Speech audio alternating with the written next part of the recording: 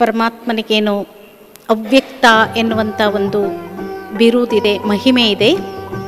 ಆದ್ದರಿಂದ ಪರಮಾತ್ಮ ಹೇಗೆ ಆತ್ಮಗಳು ಕಣ್ಣಿಗೆ ಕಾಣಿಸಂಗಿಲ್ವೋ ಹಾಗೆ ಪರಮಾತ್ಮನೂ ಸಹ ಕಣ್ಣಿಗೆ ಕಾಣಿಸಿದಂಥ ಒಂದು ವಸ್ತು.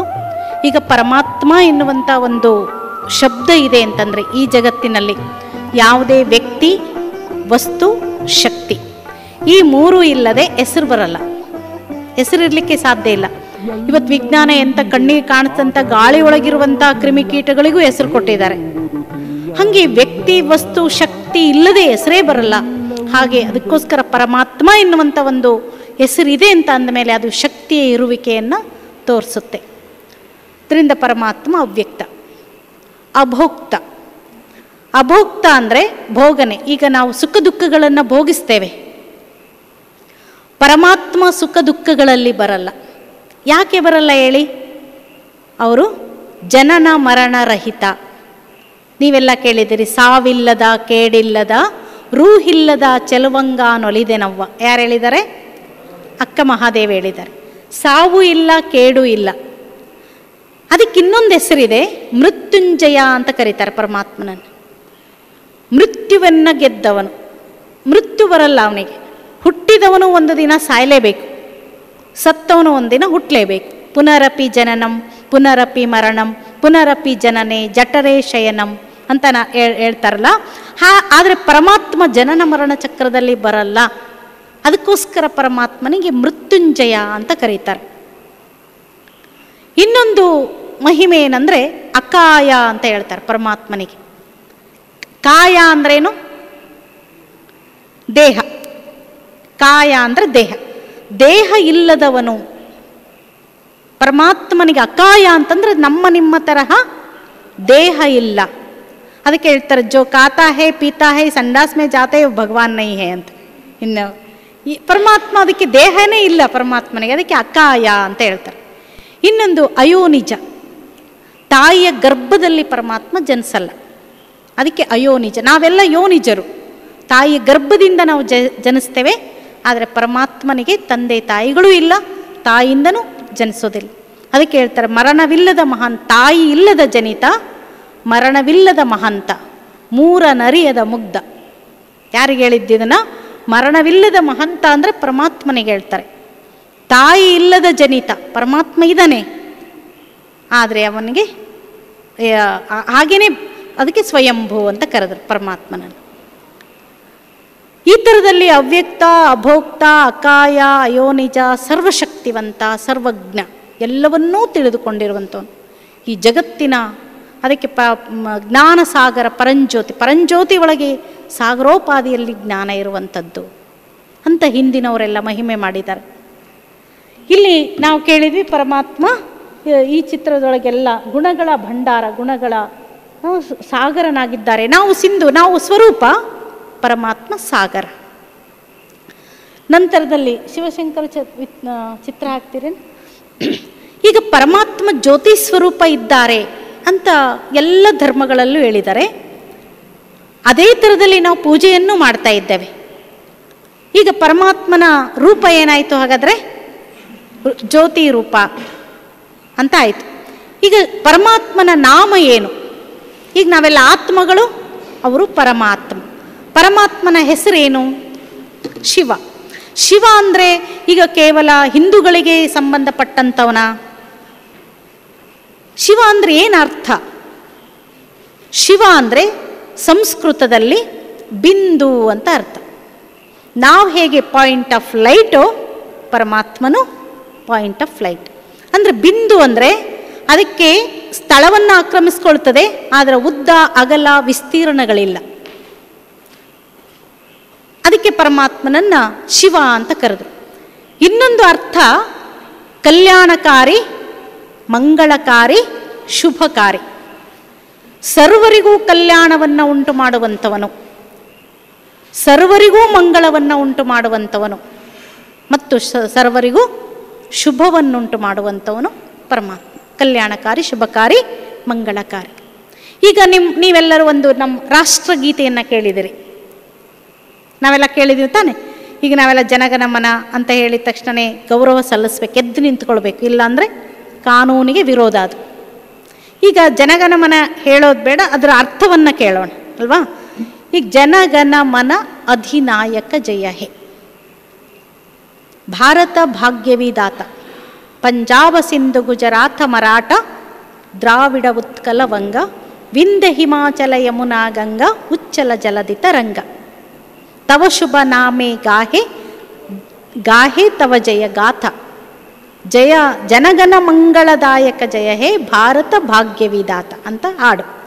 ಇದರ ಅರ್ಥ ಏನು? ರವೀಂದ್ರನಾಥ ಟ್ಯಾಗೂರ್ ಬರೆದ್ರು.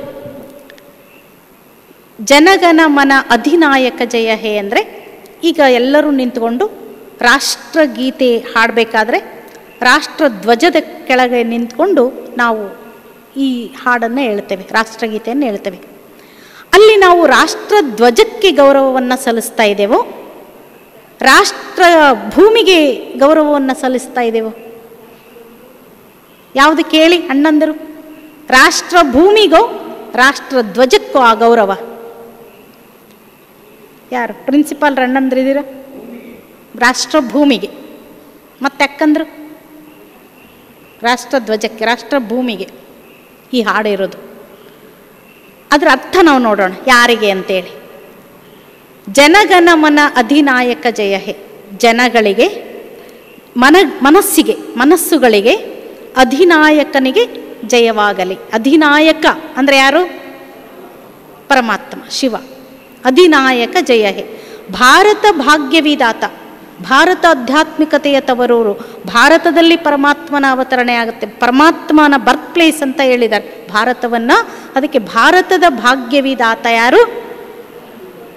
ಭಾರತವನ್ನು ದಿವ್ಯ ಭೂಮಿ, ಭವ್ಯ ಭೂಮಿ, ಭವ್ಯ ಭಾರತ, ದಿವ್ಯ ಭಾರತ, ದೇವತೆಗಳ ನಾಡು ಭಾರತ ಅಂತ ಹೇಳ್ತಾರೆ. ದಿವ್ಯ ಲಂಡನ್, ಭವ್ಯ ಲಂಡನ್, ದಿವ್ಯ ಅಮೇರಿಕಾ ಅಂತ ಆ ಥರದಲ್ಲಿ ಭಾರತಕ್ಕೆ ಮಹಿಮೆ ಇದೆ.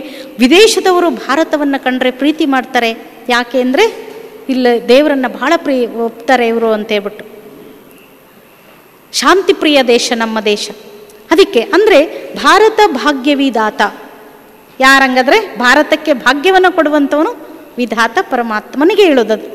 ಪಂಜಾಬ ಸಿಂಧು ಗುಜರಾತ ಮರಾಠ, ಪಂಜಾಬಿಯನ್ನರು, ಗುಜರಾತನ್ನರು, ಗುಜರಾತಿಗಳು, ಮರಾಠಿಯನ್ನರು ಗಾಹೆ ತವ ಜಯ ಗಾತ, ಎಲ್ಲರೂ ನಿನ್ನ ಗಾಯನವನ್ನು ಹಾಡ್ತಾ ಇದ್ದಾರೆ. ಯಾರೇ ಆಗಿರಲಿ, ಭಾರತದಾದ್ಯಂತ ಎಲ್ಲ ಧರ್ಮದಲ್ಲಿ ಎಲ್ಲ ರಾಜ್ಯದವರು ಸಹ ನಿನ್ನ ಗಾಯನವನ್ನು ಏನದು ಪಂಜಾಬ ಸಿಂಧ ಗುಜರಾತ ಮರಾಠ ದ್ರಾವಿಡ ಉತ್ಕಲ ವಂಗ. ದ್ರಾವಿಡರು ಅಂದರೆ ದಕ್ಷಿಣ ಭಾರತದವರು. ಉತ್ಕಲ ವಂಗ, ವಂಗ ಕಳಿಂಗ ಅಂತ ಹೇಳ್ತಾರಲ್ಲ, ಎಲ್ಲ ರಾಜ್ಯ ಅಂತ ಅರ್ಥ ಅವೆಲ್ಲ. ಅವರು ಗಾಹೆ ತವ ಜಯಗಾತ ಜನಗಣ ಮಂಗಳ ಮತ್ತೆ ಇನ್ನೊಂದೇನೈತಲ್ಲ ಸ್ಟೆಪ್, ಪಂಜಾಬ ಸಿಂಧು ಗುಜರಾತ ಮರಾಠ ದ್ರಾವಿಡ ಉತ್ಕಲ ವಂಗ ವಿಂಧ್ಯ ಹಿಮಾಚಲ ಯಮುನಾ ಗಂಗಾ.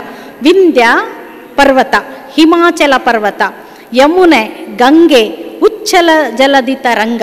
ಈ ಜಲತರಂಗಗಳು ಎಲ್ಲೆಲ್ಲಿದೆಯೋ ನಿನ್ನ ಆಶ್ರಯದಲ್ಲಿ ಬದುಕ್ತಾ ಇದ್ದಾವೆ. ಗುಡ್ಡ ಬೆಟ್ಟ ಭೂಮಿ ನೀರು ಗಾಳಿ ಎಲ್ಲವೂ ನಿನ್ನ ಆಶ್ರಯದಲ್ಲಿ ಬದುಕ್ತಾ ಇದ್ದಾವೆ. ಅದಕ್ಕೆ ಜನಗಣ ಮಂಗಳದಾಯಕ ಜಯ ಹೇ, ಜನರಿಗೆ ಮಂಗಳವನ್ನು ಉಂಟು ಮಾಡುವಂಥವನಿಗೆ ನಿನಗೆ ಜಯವಾಗಲಿ ಜಯವಾಗಲಿ ಜಯವಾಗಲಿ. ಯಾರಿಗಿದು ಹಾಡು? ರಾಷ್ಟ್ರ ಭೂಮಿಗೂ, ರಾಷ್ಟ್ರ ಧ್ವಜಕ್ಕೂ, ರಾಷ್ಟ್ರಪಿತನಿಗೂ, ವಿಶ್ವಪಿತನಿಗೂ, ವಿಶ್ವಪಿತ ಪರಮಾತ್ಮನಿಗೆ ಈ ಹಾಡು. ಆದ್ದರಿಂದ ಪರಮಾತ್ಮ ಮಂಗಳದಾಯಕ ಅಂದರೆ ಶಿವ ಅಂತಂದರೆ ಕಲ್ಯಾಣಕಾರಿ, ಮಂಗಳಕಾರಿ, ಶುಭಕಾರಿ. ಈ ಚಿತ್ರದೊಳಗೆ ಇದೆ. ಇಲ್ಲಿಯ ತನಕ ನಾವು ಇವರನ್ನು ಈಶ್ವರ ಪರಮಾತ್ಮ ಅಂತ ಅಂದ್ಕೊಂಡ್ವಿ. ಇಲ್ಲಿ ಎಲ್ಲರೂ ಸಹ ಎಲ್ಲ ಧರ್ಮದವರು ಪರಮಾತ್ಮನನ್ನು ಜ್ಯೋತಿ ಸ್ವರೂಪ ಅಂತಲೇ ಹೇಳ್ತಾರೆ. ಯಾವುದೇ ದೇಹದಾರಿಗಳನ್ನು ಒಪ್ಪೋದಿಲ್ಲ. ಬೇರೆ ಬೇರೆ ಧರ್ಮಗಳಲ್ಲಿ ಪರಮಾತ್ಮ ದೇಹದಾರಿ ಅಂದರೆ ಒಪ್ಪಂಗಿಲ್ಲ. ಹಿಂದೂಗಳು ಅನೇಕವ್ರನ್ನ ಇಟ್ಕೊಂಡಿದ್ದಾರೆ, ಅದಕ್ಕೆ ಏಕ ಚೋರ್ ಹೇ ಏಕ ಕಮ್ಜೋರ್ ಹೇ ಅಂತ ಏನೇನಾದರೂ ಅವರು ನಿಂದನೆ ಮಾಡ್ತಾರೆ. ಆದರೆ ಈಶ್ವರ ಪರಮಾತ್ಮ ಜ್ಯೋತಿ ರೂಪ ಅಂತಂದರೆ ಹೌದು, ಪರಮಾತ್ಮ ಜ್ಯೋತಿ ಸ್ವರೂಪ, ಅಲ್ಲಾಹ ಜ್ಯೋತಿ ಸ್ವರೂಪ ಅಂತ ಹೇಳ್ತಾರೆ ಅವರು. ನೂರ್ ಅಂದರೆ ಜ್ಯೋತಿ. ಅದಕ್ಕಿಲ್ಲಿ ಶಂಕರನನ್ನು ತೋರಿಸಿದ್ದಾರೆ. ಶಿವ ಮತ್ತು ಶಂಕರನ ವ್ಯತ್ಯಾಸ ಇದರೊಳಗೆ. ಶಿವ ಅಂತಂದರೆ ಗೊತ್ತಾಯಿತು, ಕಲ್ಯಾಣಕಾರಿ, ಮಂಗಳಕಾರಿ, ಶುಭಕಾರಿ ಅಂತ. ಈಗ ತ್ರಿಮೂರ್ತಿಗಳಲ್ಲಿ ಶಂಕರ ಅಂತ ಏನಿದಾರಲ್ಲ, ಅವ್ರಿಗೇನು ಹೇಳ್ತಾರೆ, ಶಂಕರ ಮೂರನೇ ಕಣ್ಣು ಬಿಟ್ಟರೆ ಏನಾಗುತ್ತೆ, ಪ್ರಳಯ ಆಗುತ್ತೆ, ಜಗತ್ತು ವಿನಾಶ ಆಗುತ್ತೆ, ವಿನಾಶಕಾರಿ ಅಂತ ಅವ್ರ ಕರ್ತವ್ಯ ವಿನಾಶದ್ದು ಅಂತ ಹೇಳ್ತಾರೆ. ಮತ್ತು ಯಾವುದೇ ಚಿತ್ರಗಳಲ್ಲಿ ನೀವು ನೋಡಿ ಶಂಕರನನ್ನು ತಪಸ್ವಿ ಮೂರ್ತಿಯನ್ನಾಗಿ ತೋರಿಸ್ತಾರೆ. ತಪಸ್ಸಾಚರಣೆ ಮಾಡ್ತಾ ಇದ್ದಾರೆ. ತಪಸ್ಸು ಯಾಕೆ ಮಾಡ್ತಾರೆ? ಈಗ ನೀವು ತಪಸ್ಸು ಅಂದರೆ ಒಂದು ಬೇಡುವಿಕೆ, ಏನಾದರೂ ನಮಗೆ ಬೇಕು, ಪೂಜೆ ಮಾಡ್ತೇವೆ, ನಮಗೇನಾದರೂ ಬೇಕು, ಯಾರನ್ನು ಪೂಜಿಸ್ತೇವೋ ಅವರಿಂದ ಫಲ ಬೇಕು ನಮಗೆ, ಅದಕ್ಕೋಸ್ಕರ ನಾವು ಪೂಜೆ ಮಾಡ್ತೇವೆ, ತಪಸ್ಸು ಮಾಡ್ತೇವೆ ಅದಕ್ಕೋಸ್ಕರ. ಹಾಗೆ ಇವರು ಇಡೀ ಜಗತ್ತಿಗೆ ಪರಮಾತ್ಮ ದೇವರು. ಆದರೆ ಶಂಕರ ಯಾಕೆ ತಪಸ್ವಿ ಮೂರ್ತಿಯನ್ನಾಗಿ ಕೂಡಿಸಿದ್ದಾರೆ ಚಿತ್ರಗಳಲ್ಲಿ? ಯಾರನ್ನ ಕುರಿತು ತಪಸ್ಸು ಮಾಡ್ತಾ ಇದ್ದಾರೆ ಅವರು? ಓಂ ನಮಃ ಶಿವಾಯ, ಓಂ ನಮಃ ಶಿವಾಯ ಅಂತಂದರೆ ಶಿವನೇ ನಾನು ನಿನಗೆ ನಮಸ್ಕರಿಸುತ್ತೇನೆ ಅಂತ ಅರ್ಥ. ಅದು ಓಂ ನಮಃ ಶಿವಾಯ ಅಂದರೆ ಯಾರನ್ನ ಪೂಜಿಸ್ತಾರೆ ಇವರು? ಹಾಗಾದರೆ ಇವರೇ ದೊಡ್ಡ. ಈಗ ನಿಮ್ಮನ್ನು ನೀವೇ ಪೂಜೆ ಮಾಡ್ಕೊಳ್ತೀರಾ? ನಮಗೇನಾರ ಸಿಗಲಿ ಅಂತಂದು ಹೇಳ್ಬಿಟ್ಟು ನಮ್ಮನ್ನೇ ನಾವು ಪೂಜೆ ಮಾಡ್ಕೊಳ್ತೀವ? ನಮ್ಮನ್ನೇ ನಾವು ಕುರಿತು ನಮ್ಮ ಹೆಸರನ್ನೇ ಹೇಳ್ಕೊಂಡು ತಪಸ್ಸು ಆಚರಣೆ ಮಾಡ್ತೀವ? ಇಲ್ಲ. ಹಾಗಾದರೆ ಇವ್ರು ಮಾಡ್ತಾ ಇದ್ದಾರೆ ಅಂದಮೇಲೆ ಇವ್ರಿಗಿಂತ ಹಾಗಾದರೆ ದೊಡ್ಡವರು ಯಾರೋ ಇನ್ನೂ ಇದ್ದಾರೆ, ಇನ್ನೊಬ್ಬರಿದ್ದಾರೆ ಅಂತ ಅರ್ಥ ಆಗುತ್ತೆ. ಅದಕ್ಕೆ ದೇವದೇವ ಮಹಾದೇವ ಅಂತ ಹೇಳಿದ್ರು. ದೇವರಿಗೆ, ದೇವತೆಗಳಿಗೆ ದೇವ, ಮಹಾದೇವ ಪರಮಾತ್ಮ ನಿರಾಕಾರ ಜ್ಯೋತಿ ಸ್ವರೂಪ ಅಂತ. ಇಲ್ಲಿ ಪರಮಾತ್ಮ ದೇವರು, ನಾವು ಇಡೀ ಜಗತ್ತಿನವರು ಆ ದೇವರಿಗೆ ಏನು ಸಂಬಂಧ ಅಂತ ತಿಳ್ಕೊಂಡಿದ್ದಾರೆ? ಏನು ಸಂಬಂಧ ಹೇಳ್ರಿ? ನಾವೆಲ್ಲರೂ, ನಮಗೆ ದೇವರು ಏನು ಸಂಬಂಧ ಅಥವಾ ಪರಮಾತ್ಮ ಏನು ಸಂಬಂಧ? ನಮಗೆ ತಂದೆ ಮಕ್ಕಳ ಸಂಬಂಧ. ಎಲ್ಲರೂ ಈಗ ಹೇಗೆ ಅಂತಂದರೆ, ಈಗ ಒಂದು ಪತಿ ಪತ್ನಿ ಮಕ್ಕಳು ದೇವಸ್ಥಾನಕ್ಕೆ ಹೋಗಿರ್ತಾರೆ. ಅಲ್ಲಿ ಪತ್ನಿ ಈಶ್ವರನ ದೇವಸ್ಥಾನಕ್ಕೆ ಹೋದಾಗ, ದೇವರೇ ನನ್ನ ತಂದೆ ನನಗೆಲ್ಲ ಸುಖ ಶಾಂತಿ ಕೊಡು, ನನ್ನ ಮಕ್ಕಳಿಗೆಲ್ಲ ಒಳ್ಳೆ ಬುದ್ಧಿ ಕೊಡು ಅಂತ ತಂದೆ ಅಂತ ಕೇಳ್ತಾಳೆ. ಪತಿ ಹೋಗಿರ್ತಾನಲ್ಲ ಜೊತೆಗೆ, ಹೆಂಡ್ತಿ ದೇವರಿಗೇನಂದ್ಲು? ತಂದೆ ಅಂದ್ಲು. ಅದಕ್ಕೆ ನಾನೇನು ಅನ್ಬೇಕು? ಹೆಂಡ್ತಿಗೆ ತಂದೆ ಆದರೂ ದೇವರು ನನಗೇನಾಗಬೇಕು? ಗಂಡನಿಗೇನಾಗಬೇಕು? ಮಾವ ಆಗಬೇಕು. ಮಾವ ನನಗೆ ಸುಖ ಶಾಂತಿ ಕೊಡು ಅಂತ ಕೇಳಿದ್ದೀರಾ ಎಂದಾದರೂ? ಇಲ್ಲ. ಅವರು ಏನಂತಾರೆ?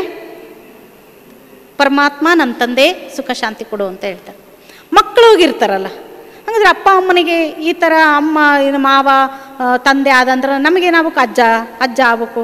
ಅದಕ್ಕೆ ಅಜ್ಜ ನಮಗೆ ಸುಖ ಶಾಂತಿ ಕೊಡು ಅಂತ ಕೇಳಿದ್ರ? ಇಲ್ಲ. ಆಮೇಲೆ ಅವ್ರ ತಂದೆ ತಾಯಿಗಳಿಗೆ ಹಂಗಾದ್ರೆ ದೇವ್ರು ಏನಾಗಬೇಕು?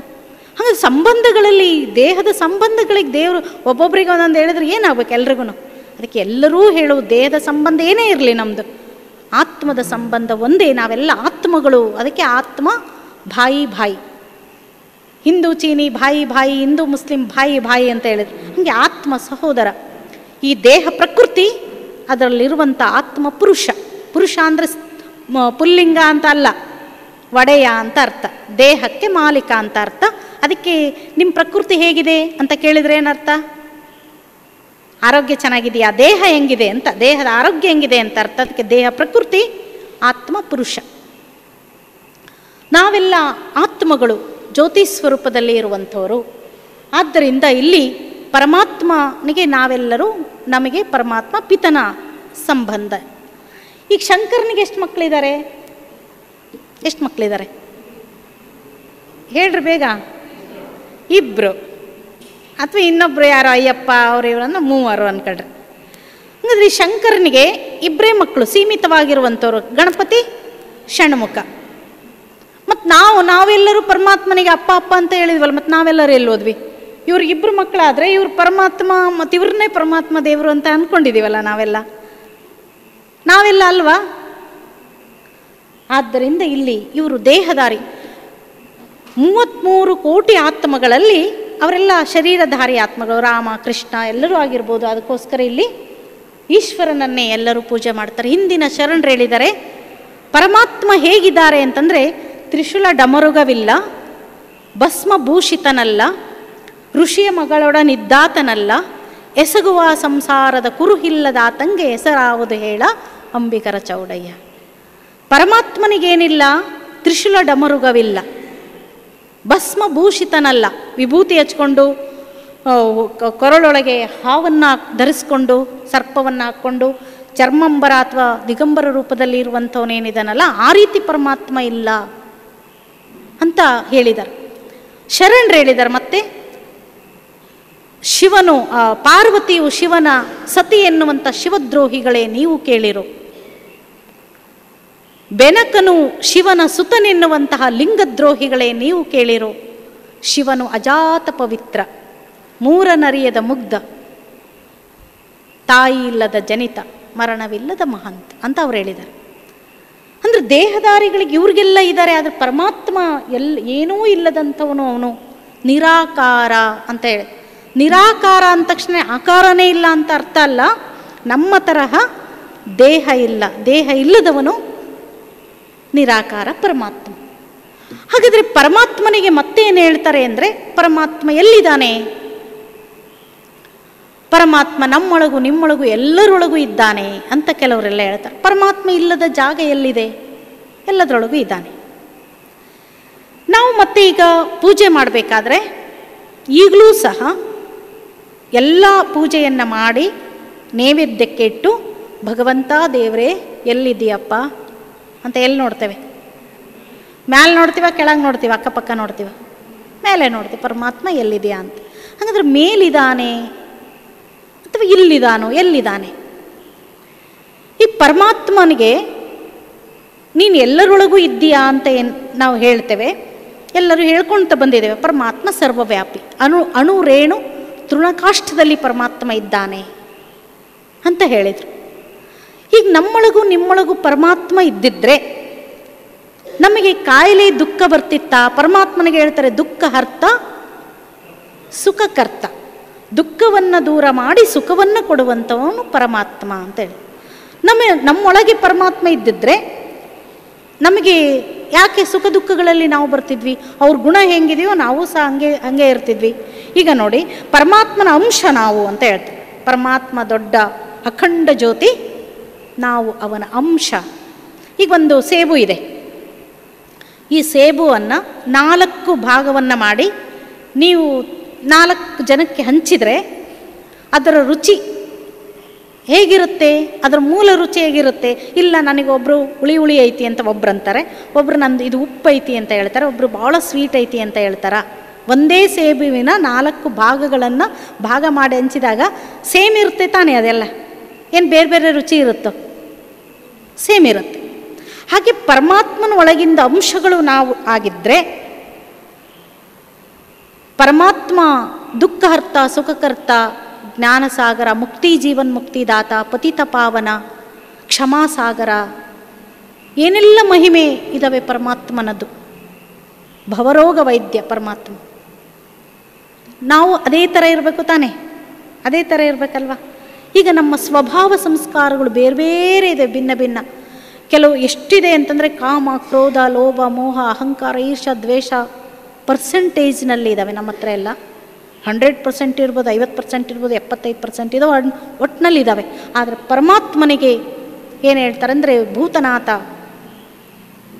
ಕಾಮಹರ ಅಂತ ಹೇಳ್ತಾರೆ ಪರಮಾತ್ಮನಿಗೆ. ಈ ಪಂಚ ವಿಕಾರಗಳು ಅದಕ್ಕೆ ಅಧಿಪತಿ ಪರಮಾತ್ಮ. ಪರಮಾತ್ಮನೊಳಗೆ ಅವೆಲ್ಲ ಇಲ್ಲ, ಅದಕ್ಕೆ ಅವನು ಒಡೆಯನಾಗಿದ್ದಾನೆ ಎನ್ನುವಂಥದ್ದು ಹೇಳ್ತಾರೆ. ಅದಕ್ಕೋಸ್ಕರ ನಾವು ಪರಮಾತ್ಮನ ಮಕ್ಕಳು. ಹೌದು, ಅದಕ್ಕೆ ಆತ್ಮಗಳು ಸ್ವತಂತ್ರರು. ನಾವೆಲ್ಲ ಆತ್ಮಗಳು, ಒಂದೊಂದು ಆತ್ಮಗಳು ಸ್ವತಂತ್ರರು. ಆತ್ಮಕ್ಕೆ ಸಾವಿಲ್ಲ ಅಂತ ನೀವು ಕೇಳಿದರೆ, ಹಾಗೆ ಜಗತ್ತಿನಲ್ಲಿ ನಶ್ವರ ಆಗದೇ ಇರುವಂಥದ್ದು 3 ವಸ್ತುಗಳು: ಆತ್ಮ, ಪರಮಾತ್ಮ, ಪ್ರಕೃತಿ. ಇದಕ್ಕೇನಿಲ್ಲ, ನಾಶ ಇಲ್ಲ. ಆದರೆ ನಾವು ಆತ್ಮ ಮತ್ತು ಪ್ರಕೃತಿ ಏನಾಗುತ್ತೆ, ಬದಲಾವಣೆಯನ್ನು ಹೊಂದುತ್ತೆ. ನಾವೀಗ ಪತಿತರಾಗ್ತೇವೆ. ಎಲ್ಲ ಗುಣಗಳನ್ನು ಕಲ್ತ್ಕೊಂಡ್ರೆ ಪಾವನರಾಗ್ಬೋದು. ಒಳ್ಳೆ ಗುಣಗಳಿಂದ ಪಾವನರಾಗ್ಬೋದು, ಕೆಟ್ಟ ಗುಣಗಳಿಂದ ಪತಿತರಾಗ್ಬೋದು. ಇವೆರಡೂ ನಾವು ಆಗಬಹುದು. ಈಗ ನೀವು ಒಬ್ಬ ವಾಲ್ಮೀಕಿ ಋಷಿ, ಅವನು ದರೋಡೆಕೋರನಾಗಿದ್ದ ಫಸ್ಟು. ಆಮೇಲೆ ಜ್ಞಾನೋದಯವಾಯಿತು ಅವನಿಗೆ. ಬೇರೆ ಹೇಳಿದ್ರು ಈ ಥರ ಮಾಡಿದರೆ ಪಾಪ ಅಂತ ಹೇಳಿದರು. ಅದನ್ನು ಬಿಟ್ಟುಬಿಟ್ಟು ಅವನು ವಾಲ್ಮೀಕಿ ಋಷಿ ಆದ, ರಾಮಾಯಣವನ್ನು ಬರೆದ. ಒಬ್ಬ ಋಷಿ ಅಂತಂದರೆ ಒಳ್ಳೆಯ ಸ್ವಭಾವ ಸಂಸ್ಕಾರ ಉಳ್ಳಂಥವನು.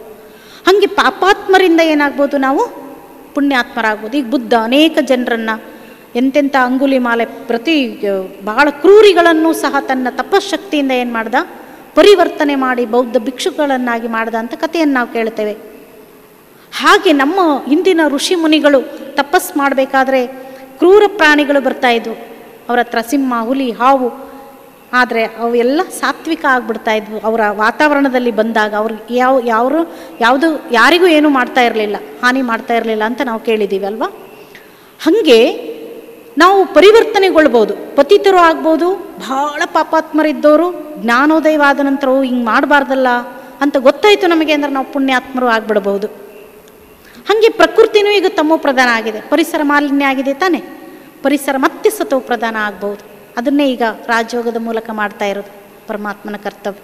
ಆದರೆ ಎಂದೂ ನಾವು ಪತಿತ ಪರಮಾತ್ಮ ಅಂತ ಹೇಳಲ್ಲ, ಪತಿತ ಪಾವನ ಅಂತ ಹೇಳ್ತೀವಿ ಹೊರತಾಗಿ ಪರಮಾತ್ಮನಿಗೆ ಪತಿತ ಪರಮಾತ್ಮ ಅಂತ ಹೇಳಲ್ಲ.